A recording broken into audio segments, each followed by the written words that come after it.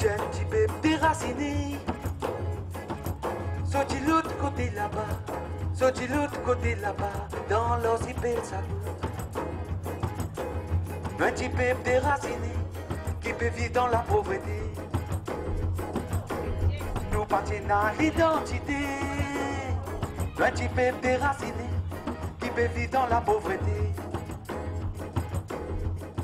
There are times when one tragedy, one crime, tells us how a whole system works behind its democratic facade and helps us understand how much of the world is run for the benefit of the powerful and how governments often justify their actions with lies. The film you're about to see is a shocking, almost incredible story.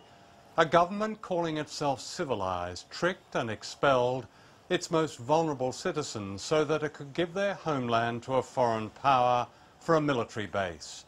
This was all done in high secrecy, and this same government and its successors then watched its citizens starve to death.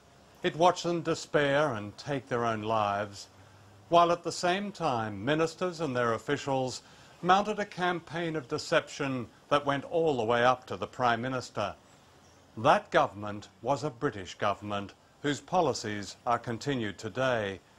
This report is about a faraway people most of you will have never heard of, and yet the lies covering the injustice done to them will be all too familiar.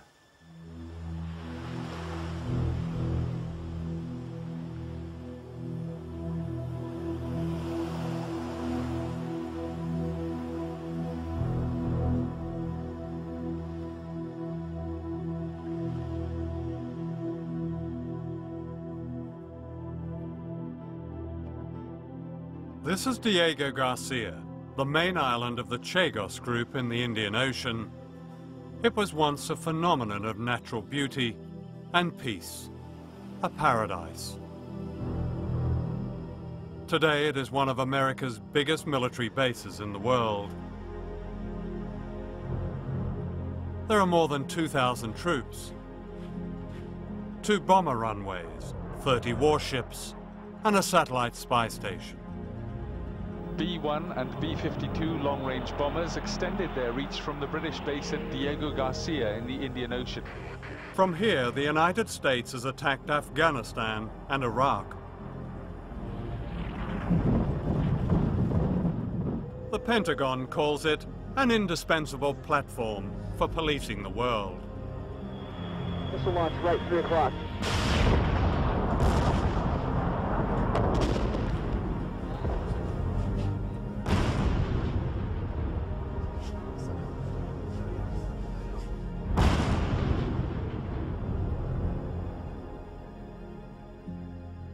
Diego Garcia is a British colony. It lies midway between Africa and Asia, one of a group of unique coral islands.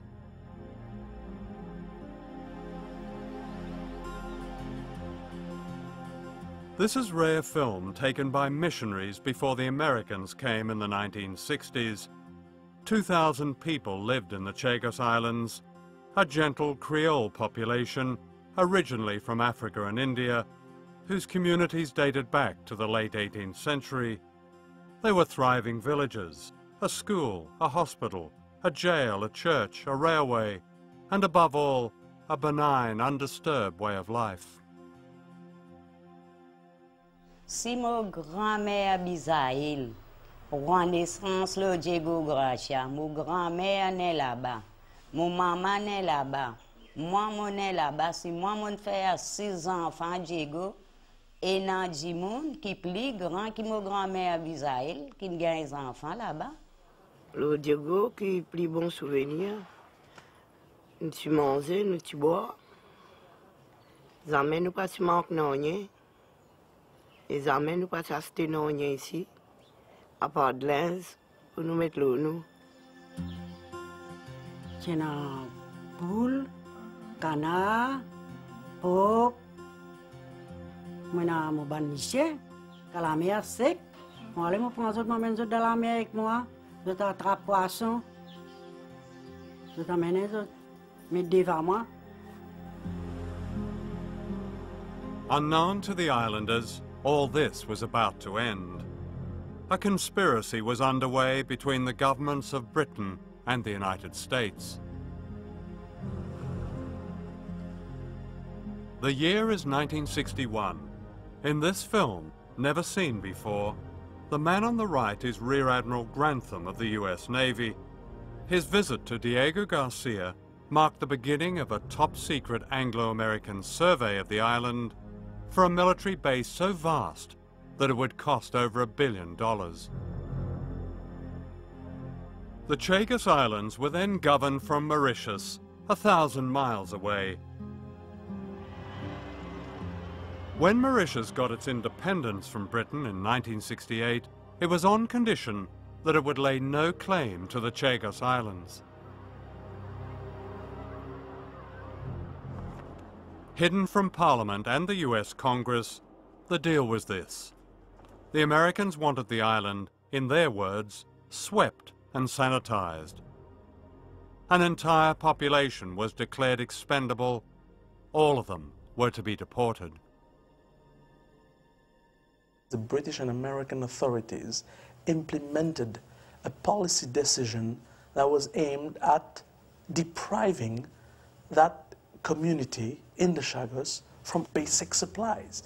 No milk, no dairy products, no oil, no sugar, no salt, no medication, no more of the things you use in life. The effect of the policy was to terrify many of them into leaving. They were also told their islands might be bombed.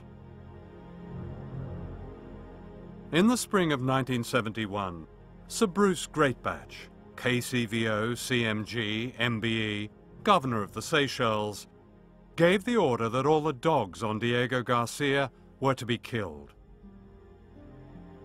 These were much-loved pets, and the horror of their killing was taken as a warning by the islanders.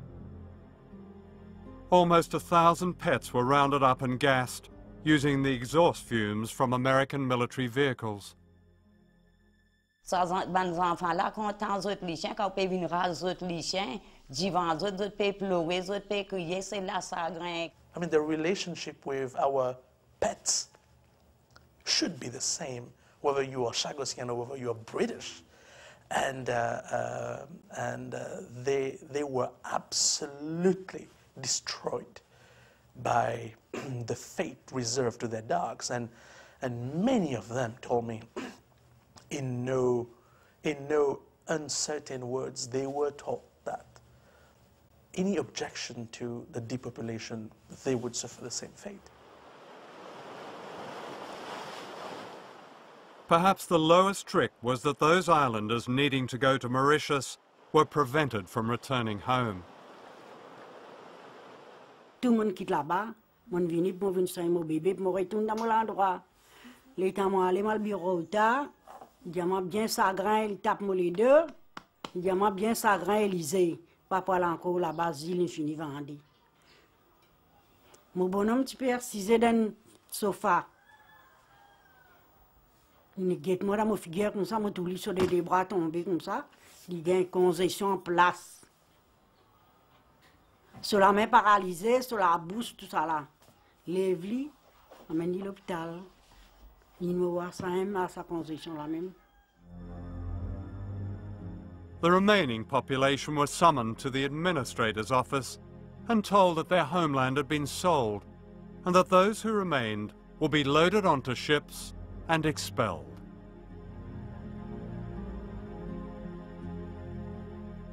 In this photograph, people are standing in silence, stunned.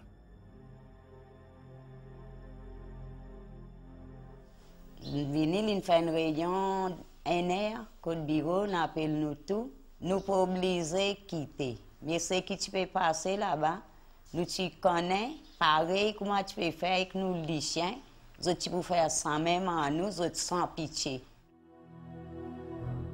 They were forced onto this vessel, the SS Nordwehr. They were allowed to take only one suitcase. Sir Bruce Greatbatch insisted that the horses took pride of place on deck. The women and children were made to sleep in the hold on a cargo of bird fertilizer, bird shit.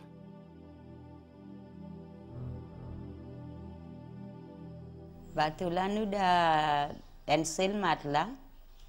Quantité d'enfants qui ont dit, nous avons un seul matelas. Nous-mêmes qui sommes animaux. Nous-mêmes, nous sommes gauchins, femmes, enfants, nous qui sommes animaux, nous devons. The first port of call was the Seychelles, where they were herded from the boat.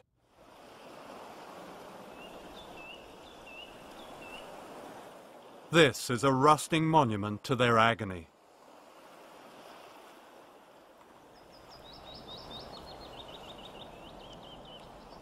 From here they were marched up the hill to a prison that has since been demolished. They were kept in cells until they were transported to Mauritius.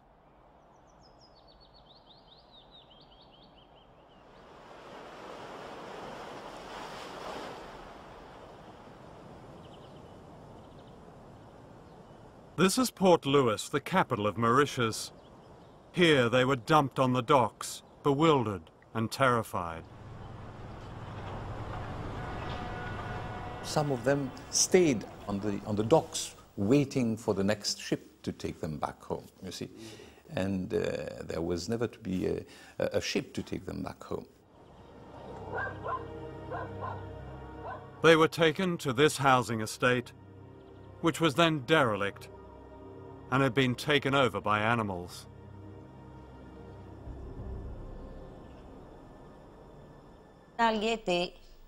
Là, nous allons là-bas, la cité bon marsan, pena de l'eau, pena la lumière, vous voyez que tout ce mal propreté, pena la porte, pena la fenêtre. It was hell. I went and see them, literally hell. What way was it hell, do you think? It was the filth, no water in those houses, and no sanitation. Oh, it was really. And the children, they had no clothes. The children were absolutely, as if they'd been rolled over in ash and earth, and then when it rained, it was water everywhere.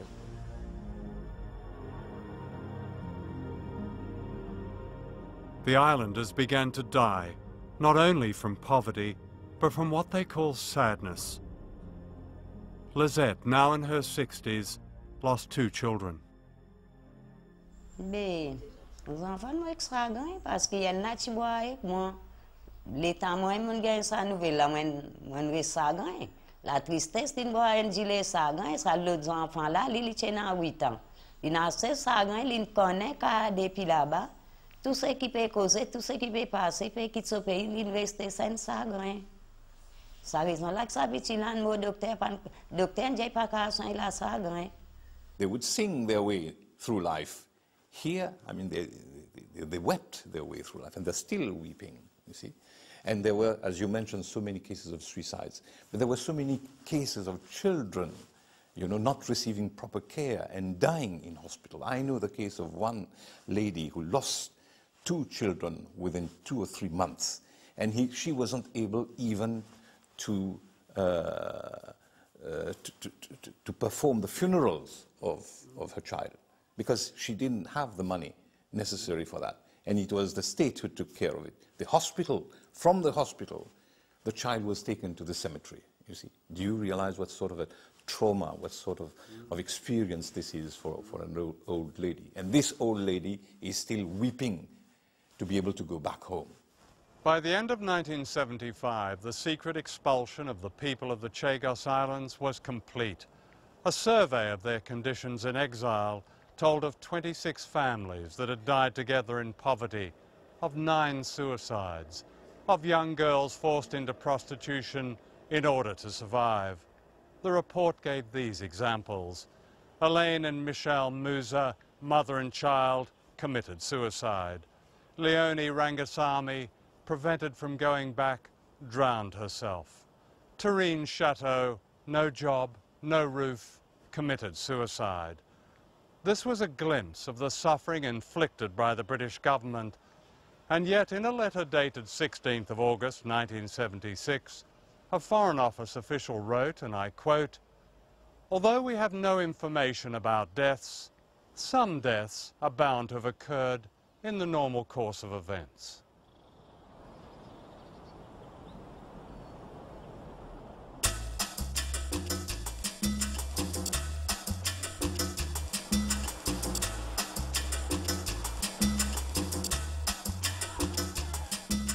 This is how most British people know Mauritius, as an exotic holiday destination, especially for honeymooners. They almost never see the slums of the exiled people of the Chagos, who are also British citizens.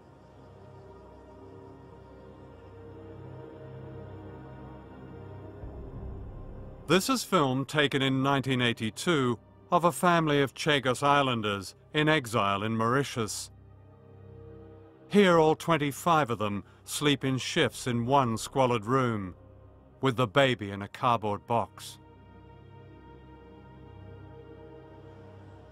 We found the same family living in the same shack, in the same terrible conditions. They still sleep on the floor, the rain still pours in, the toilet is still a hole in the ground. They are still so poor that they often go hungry. What was done to these people is today defined in international law as a crime against humanity. What has changed since they were last filmed 22 years ago? Your wife, she died, is that right? Oui, oui. Yes, she Yeah. died. Je suis mort à malade de cœur et après ça, avec la chagrin aussi. C'est beaucoup. It's not nostalgia, it's more than that. It's like missing even the air that you breathe, missing the environment that you're used to, missing your home, missing your cats and your dogs, and your pets, which were all destroyed. L'état nous tu vives dans Diego, l'état nous tu vives dans Diego, l'état nous vives dans Diego, nous tu comment pas yanké dans les airs. Depuis nous vivons dans Maurice, depuis nous fait vivre dans Maurice, depuis nous vivons dans Maurice, là nous emmène la vie côté nous. Donne la main aux camarades, donne-moi la main criée. Donne la main aux camarades, envoie-nous message dans les monts.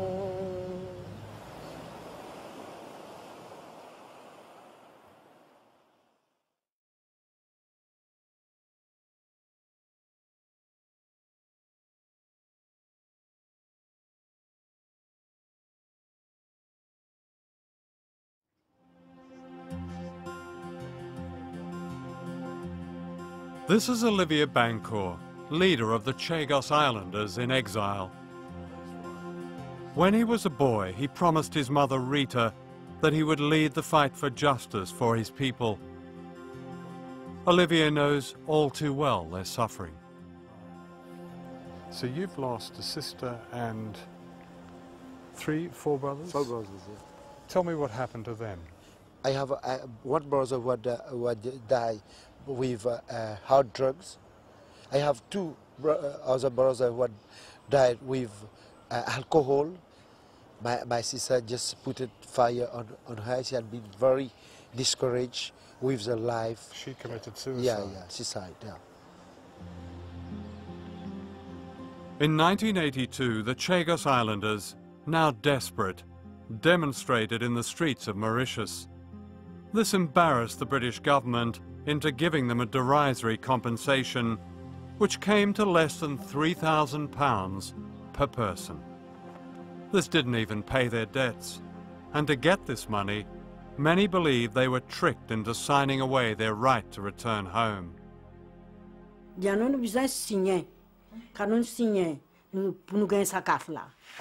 L'autre dia nous signer pour mettre là-bas pour gagner ça. Après l'état nous ce qui continue, signer ce qui va continuer de mettre pouce. Et là d'autres nèg mettent en bas, mais ça même au prononce mon droit, c'est comme pour moi. Et ni moi ni mes enfants ici. Si l'étudiant moi mon père signe mon droit, mon renonce mon île, mon parti pour prendre 8000 là. Moi la vie en mer Paris moi mon paiement. Ça même pas renonce mon droit. It was entirely improper, unethical, dictatorial to have the Chagossian put their thumbprint on an English legal drafted document where the Chagossian, who doesn't read nor speak any English, let alone legal English, is made to renounce basically all his rights as a human being. Renouncing their rights was precisely what the British government wanted them to do. They could then be forgotten. That same year, the government spent £2 billion defending the rights of the Falkland Islanders, who are white. My people, the Queen would say in a Christmas broadcast. So you send them 2,000 inhabitants of the Falklands, and you've got 2,000 people with Chagos. One out, the other one, we come to your rescue. Come on. Come on, you are all English, you're all British. Come on. What's the difference? Where's your sense of fair play, my fellas? Where's your sense of fair play? Mm-hmm. That could be a breakthrough, couldn't it? From a tiny lock-up in the poorest section of Port Louis, Mauritius, Olivia Bancourt, an electrician, has taken the struggle across the world. And here you're with Nelson Mandela? Yeah, I am with Nelson Mandela, an example of human rights fighter, you see. We compare our struggle to the struggle of Nelson Mandela, who had been... In the 1990s, the islanders' struggle took a dramatic turn with the discovery of these documents in the Public Record Office in London. Here was the evidence that they and their supporters were looking for. These long-forgotten secret official files revealed the full scale of the conspiracy and the cynicism that drove it.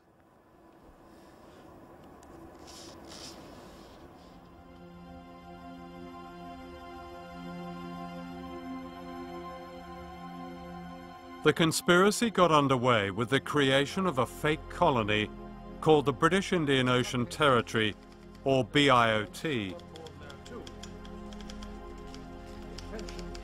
The sole purpose of creating this colony was to kick the people out. And to do it, the Foreign Office invented a fiction. They said the islanders didn't really belong to the Chagos, but were merely temporary contract workers. Foreign Office Memorandum, July 1965. People were born there, and in some cases their parents were born there too. The intention is, however, that none of them should be regarded as being permanent inhabitants of the islands. So how would they be regarded? The legal position of the inhabitants would be greatly simplified from our point of view, though not necessarily from theirs, if we decided to treat them as a floating population.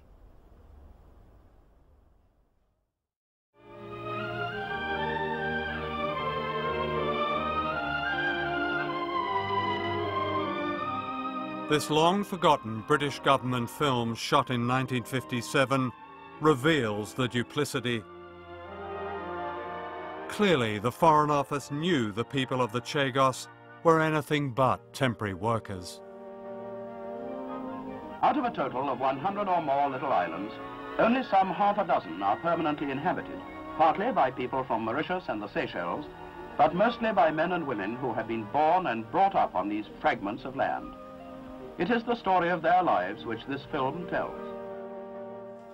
The British tried to claim, and I just quote one of their documents, that the Chagos had no indigenous or settled population. Menti, jamais.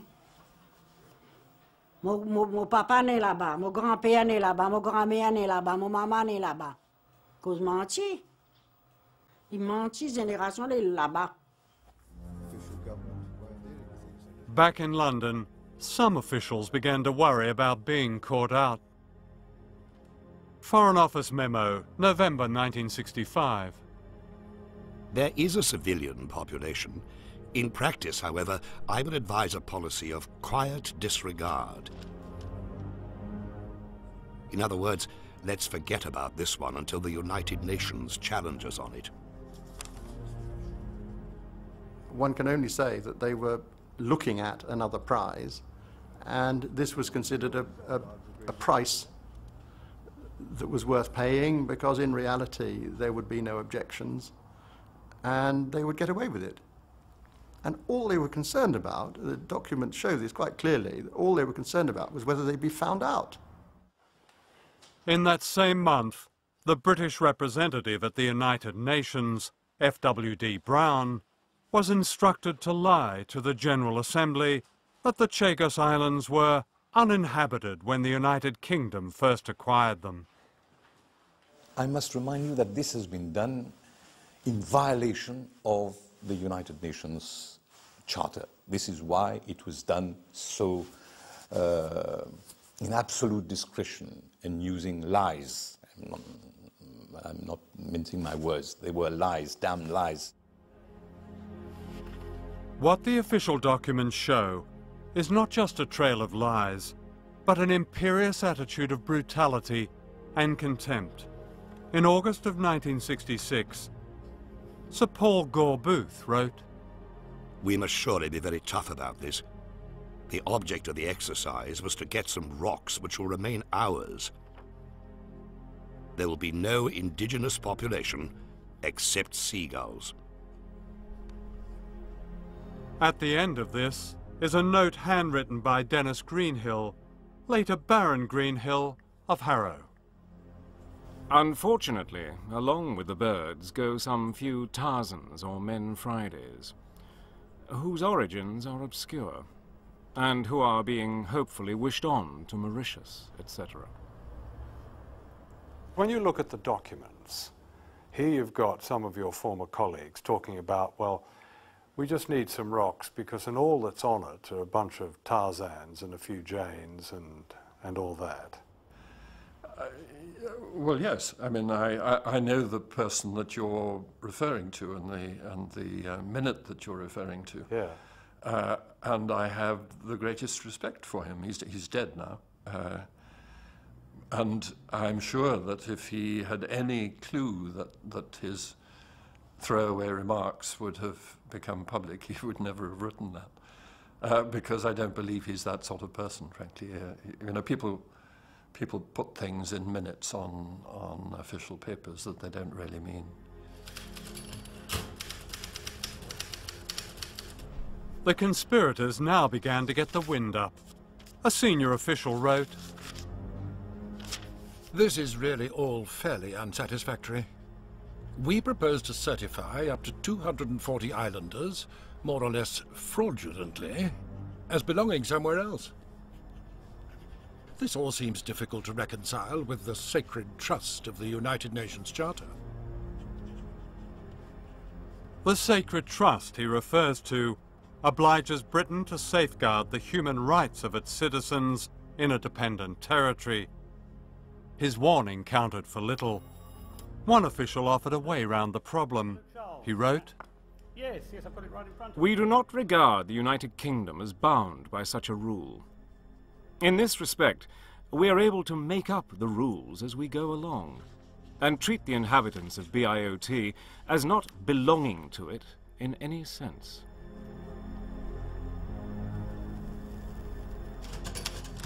This same official summed up the whole charade in the subtitle of one of his reports, Maintaining the Fiction.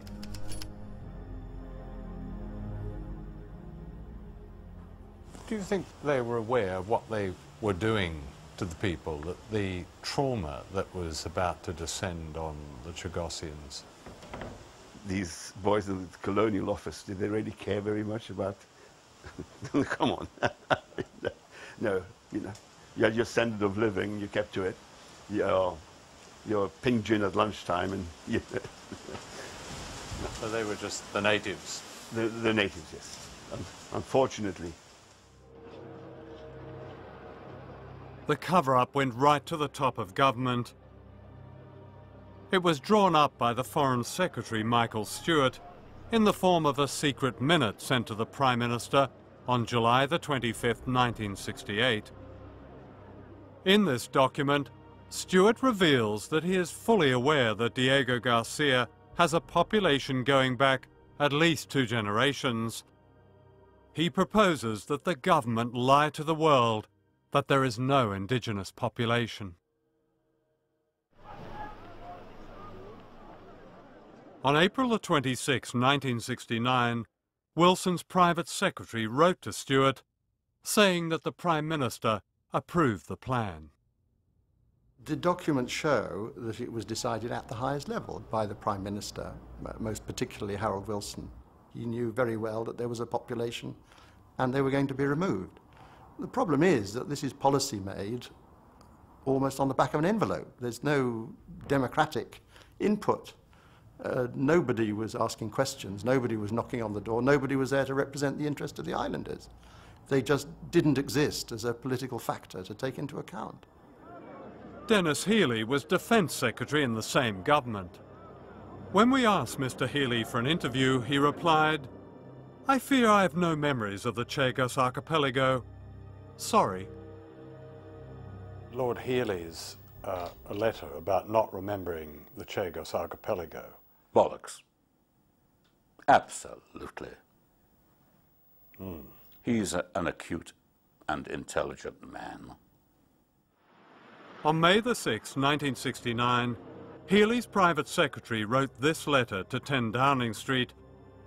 It confirmed that the Defence Secretary had read Stewart's plan and agrees with its recommendations. In Washington, a parallel conspiracy was taking place, also in high secrecy. The object was to keep the expulsion of the islanders from Congress. So payment for the lease of the islands was disguised as a $14 million discount on a Polaris nuclear missile about to be supplied to the Royal Navy. Is there ever a time when people in power consider the consequences of the imposition of that power? Because the consequences for the population of Diego Garcia were disastrous. The circumstances involved how many? 2,000 people. 2,000 people. Who'd been living there since the end of the 18th century. Well, a fair number of them, if I remember, were external laborers. Well, that's been shown to be untrue. The British government tried to represent them as that. They were an indigenous 3-4 generations. As I said, I went through this record some years ago, and at that time it was said that these were imported laborers to some degree. We found in the National Archives in Washington this letter from the American ambassador in Mauritius. February the 1st, 1972, Ambassador Brewer to Washington. It is, of course, absurd to imply that Diego Garcia had no fixed population. There is no question that the island has been inhabited since the 18th century. I don't think there's any doubt at all that the Americans who visited the islands to reconnoiter as to whether this was a suitable base area, they saw that there was a functioning civilization on the island. They could not have been unaware of the settled human communities that they found. So when Schlesinger said they didn't know, they'd looked into it, that just... No, amnesia, at best. That's all you can say to that. It was not true. They knew. There's another... And they collaborated together on how do we get rid of these people? How do we lie that they're simply contract laborers? When many of them, their fathers, their grandfathers, perhaps even further back, were in the cemetery. If you take a decision in Washington and London and it devastates the lives of several thousand people on the other side of the world, isn't that something that should be called to account, no matter how long? Amongst the various activities of the British and the American government in the 20th century, not to mention the 19th century, this was a relatively small matter. If one goes back to British behavior, for example, in World War II, the attack on Dresden, the attack on the French fleet, all under Winston Churchill, whom we so much admire, and rightly so. This is a very small matter. It is being pinpointed now for reasons that I cannot ascribe to anything other than the quest for a certain publicity. Well, I think it's from their point of view, for one thing, the Chagosian Islanders are not the Nazis, and from their point of view, it's a quest for justice. And what is your motivation, if I may inquire? Purely the quest for justice, I'm sure. Yes. Yes, yes, course. it is. Yes. Do you not think these questions are valid in asking you about consequences of the imposition of great power on peoples? I think that the questions are based upon a refusal to acknowledge the context of the times and the attitudes of the times, and that is based upon a willingness 35 or 40 years after a set of events to go back and critique them when they had become, what shall I say, far less relevant. Far less relevant? The High Court in London found it extremely relevant. In November 2000, it agreed with the people of the Chagos and handed down a shaming rebuke to the British government. The court ruled that the expulsion of the islanders was illegal. After more than 30 years, they had won and were finally going home, or so they believed.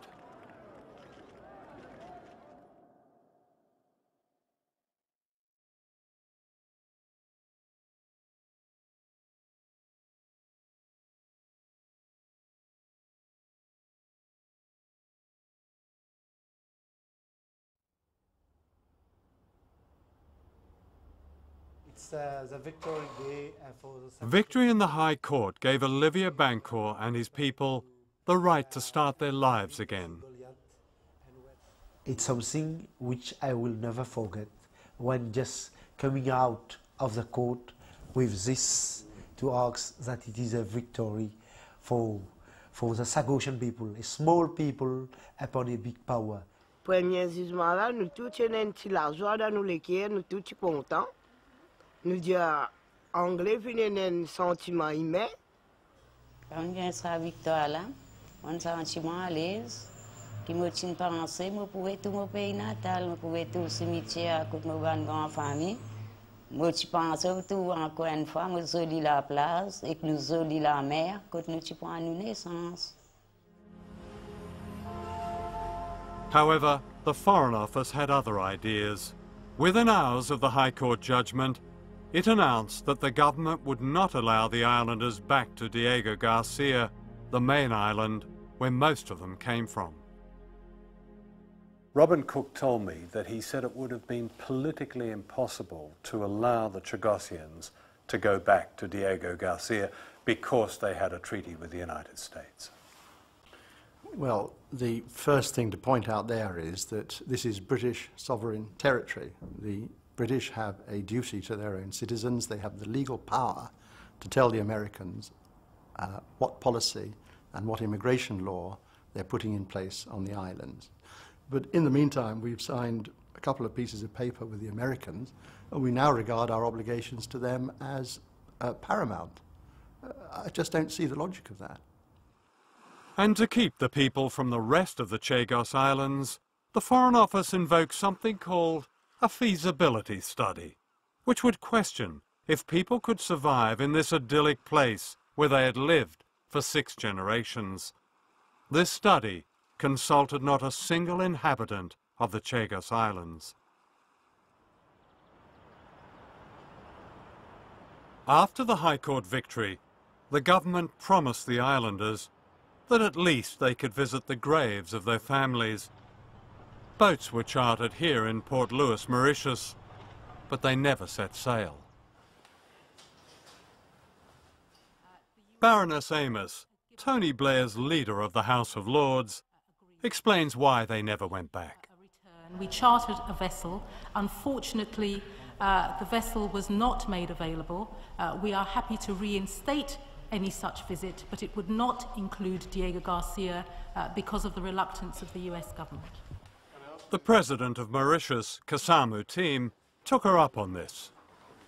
So I said to the Baroness, I said, Britain has no objection. She said, no, Britain has no. She said, do you allow me to take the matter up with President Bush? She said, by all means. And this is what I did. I wrote to President Bush.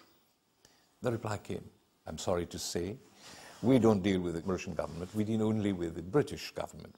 And the British are not agreeable. It's black and white. The British are not agreeable to this visit. And we agree with the British. So they've been playing table tennis, ping pong, with the Chagossians. When we go to London, we are told it's an American problem. When we go to Washington, we are told it's a London problem. It is an arrangement between them to treat this problem as a ping pong ball. And it's terrible because by the time the ping pong game is over, well, there will be no Chagossians left. By June this year, the Blair government had run out of excuses, but there was still one more trick to play. Have you ever heard of something called an Order in Council? It's a royal decree using archaic powers, which unknown to most of us are still invested in the Queen. It's a cosy arrangement. The Queen rubber stamps what in many cases politicians know they can't get away with democratically. On November the 5th, 1965, an Order in Council was issued by the government of Harold Wilson. The aim was to secretly expel the population of the Chagos Islands, all of them loyal subjects of the Queen. In June this year, the Blair government used the same powers to bypass Parliament and the High Court in order to ban the Chagos Islanders from ever returning home. Dictators do this, but without the quaint ritual. The quaint ritual takes place here at Buckingham Palace. The public never sees it. Parliament is merely told about it. Orders in Council, they go through without discussion. They're read in title only. No reason is given for them. No contents are spoken. The Privy Council never even sits down. They all stand around. The clerk of the council reads the thing in title. There were 2 orders, and the Queen says, agreed. And that's it. That is it. It's a decree. It's a decree. And with that royal decree, the people were banned forever from going home. It was June the 10th, 2004, election day in Britain, when they thought no one would notice.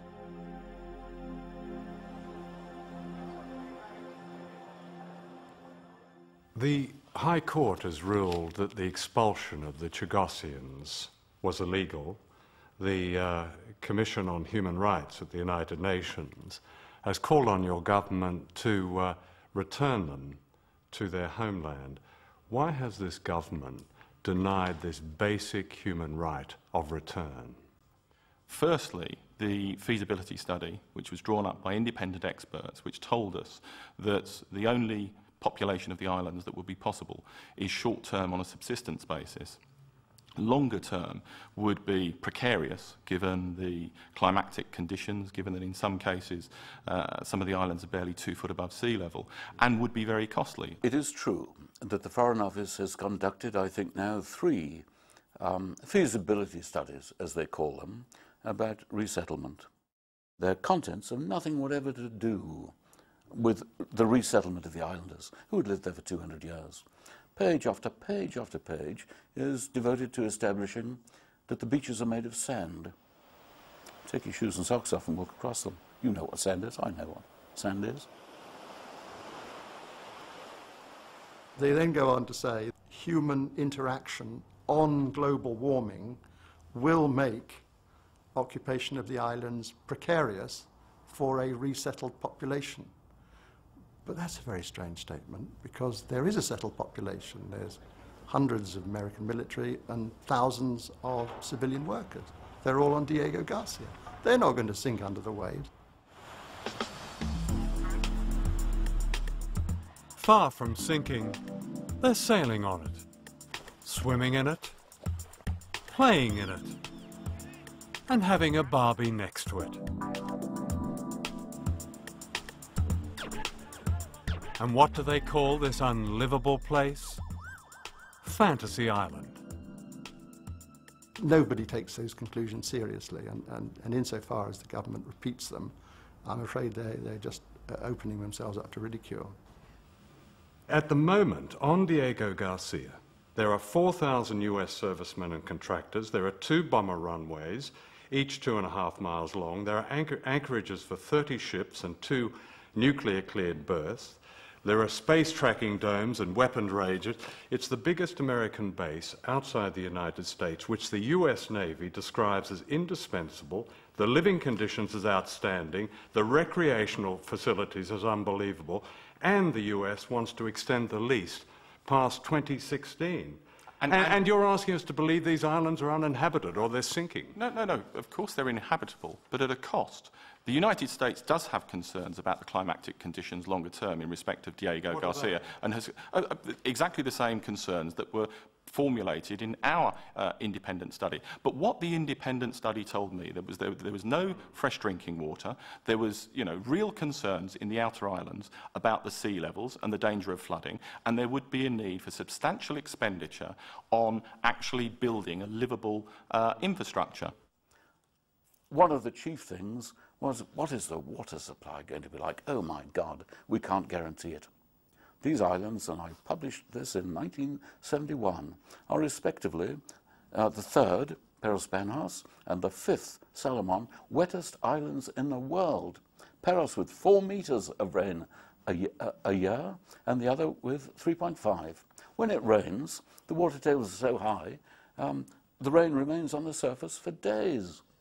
So what does that make these feasibility studies? Worthless. Waste of time. Waste of time. Let me ask you, does this government, do politicians in this government, because this story has shocked most people, do you not feel any shame for these actions? I've said to you at the beginning, I am not seeking to justify the decisions that were taken in the 60s and 70s. I mean shame now, because you used the same powers to ban them. No, I don't feel ashamed, because I took what I believe, and the government took, a responsible decision in the circumstances almost 40 years after the last Chargossian lived within these islands, and I was being asked, and the government and the British taxpayer was being asked, to pick up the financial tab to allow, almost on an exploratory basis, for people to go back to the islands. You can't manufacture money. You actually have to make choices about how you spend your money. Only the other day, the minister was asked by a member of parliament, what is the anticipated cost? And the answer was £5 million to set up and £5 million a year to run. Well, that's peanuts. £5 million is the cost of an embassy building in London. This is an embassy building in Mauritius, home to Mr. David Snoxall, the British High Commissioner. It has tennis courts, lavish gardens, security fences, a swimming pool, and a Jaguar car, all paid for by the British taxpayer. Minutes away, these are the British citizens who are less worthy of taxpayers' money.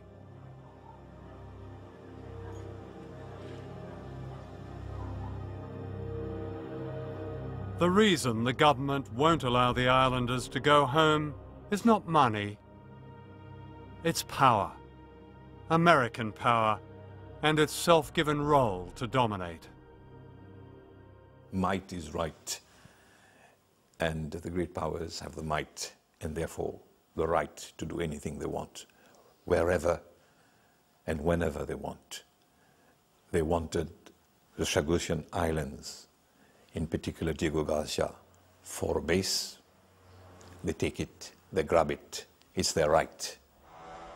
However, the islanders are not giving up their right of return. Today they're getting ready to demonstrate outside the British High Commission in Port Louis. So these are all going on the demonstration to the High Commission? Yeah, of course. This is a particularly relevant one, isn't it? Yeah, yeah. When you, I mean, that's quite a serious indictment. Yeah, of course. You're referring to the High Court found in your favour that you could all go home, and the British government has prevented you from going home. This is why it's true. It's something that everyone must know about it.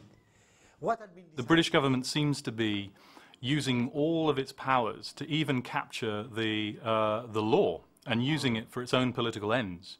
You know, by overturning the High Court ruling and saying that, you know, this is no longer on, that by referring to the Crown prerogative and going back to these medieval laws and overturning, you know, the legal decision to allow these people back to the outlying islands, that to me is a capture of the legal powers of the state that really only happens in totalitarian regimes. The struggle and the dignity of the Chagos Islanders were displayed here by elderly ladies having to stand on the street and shout for their basic human rights.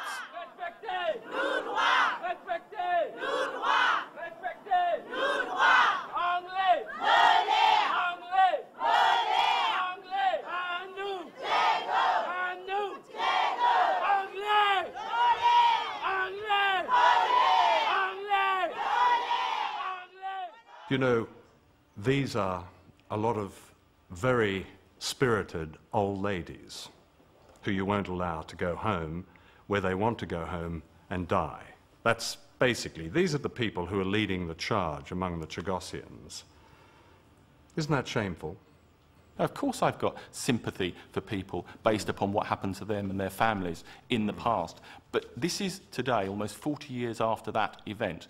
And for us and the British government and the British taxpayer to be asked to finance that, when that money could actually alternatively go on alleviating aid and poor people throughout the world. But that is a choice that you asked me whether I'm ashamed of the decision that I've taken. No, I'm not. I believe in the circumstances, and it was a difficult decision. I believe we took the right decision. No human being would treat another human being the way the British administration treated the Chagosian people. In this part of the world, except if we go back to the days of slavery and to the days of indentured labor, I can't remember anything of the sort happening. Jesus Christ. How low can you get? How intellectually dishonest, how morally duplicitous can you get? I've spent my life, 40 years now, with this, and every single thing sickens me, and it goes on, it goes on, it goes on. Conservative, Labour. Year after year, Olivier and Rita, Lizette and Charlesia come to this monument in Port Louis Harbour. It commemorates those Chagos Islanders who died in exile from sadness.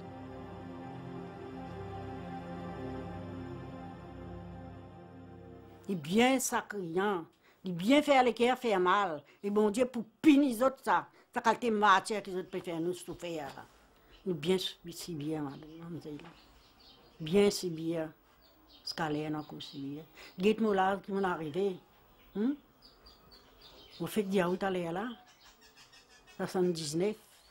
Et tous les temps qui m'ont là, moi la vie quand mon masque quatre pattes, moi pour lutter, moi pas pour quitter. Jusqu'à que bon Dieu ramasse moi.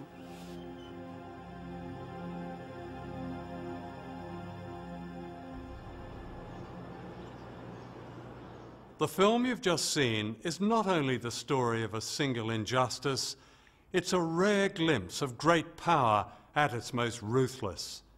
What was done to the people of the Chagos raises wider questions for those of us who live in powerful states like Britain and America. Why do we continue to allow our governments to treat people in small countries as either useful or expendable, why do we accept specious reasons for the unacceptable? 4 years ago, the High Court delivered one of the most damning indictments of a British government. It said the secret expulsion of the Chagos Islanders was wrong. That judgment must be upheld, and the people of a group of beautiful, once peaceful islands must be helped to go home and compensated fully and without delay for their suffering. Anything less diminishes the rest of us.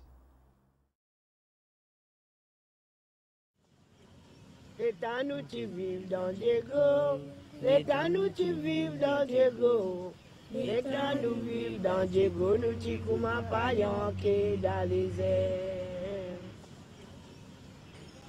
Depuis nous vivre dans Maurice, depuis nous peut vivre dans Maurice, depuis nous vivre dans Maurice, là nous mène la vie côté où deux.